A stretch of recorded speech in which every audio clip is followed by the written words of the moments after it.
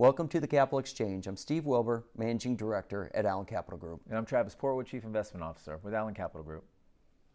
Travis, if you couldn't tell by all the Amazon boxes sitting on your neighbor's porches, It's ridiculous. we just went through Amazon Prime Yeah, Days. yeah.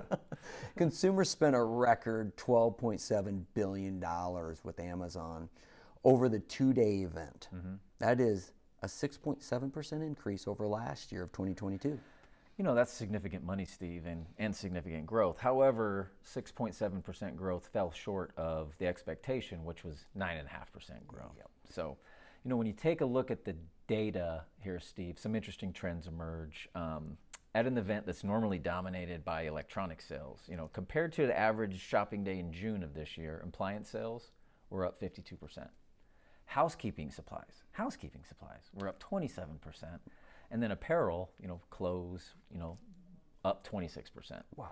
So many of us use the event to stock up on those standard items, fighting back some inflation, rather than splurging on like new TVs like you did.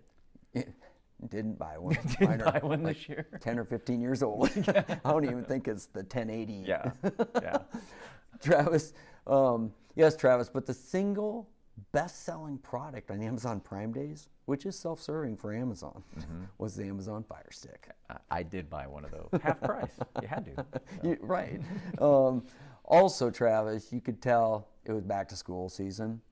Stationary office supplies, those items were up 76%.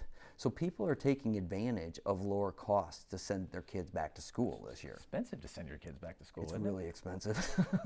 So, we know well. Yeah.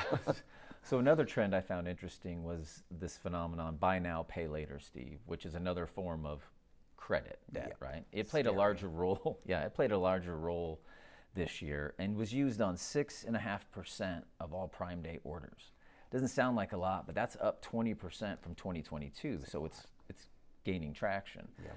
Now, we know people have been utilizing credit more as inflation has made goods more expensive, and it'll be an interesting trend to keep track of heading into holiday season as well. You know, the more credit we use, that's great for retailers because it's more revenue for them now. Yep. But building credit balances will weigh on consumers a lot more now because we're paying a lot higher interest rates than we were a year ago. So this is it's trends to keep track of for sure. Be an interesting trend to track. Interesting, So. Yep.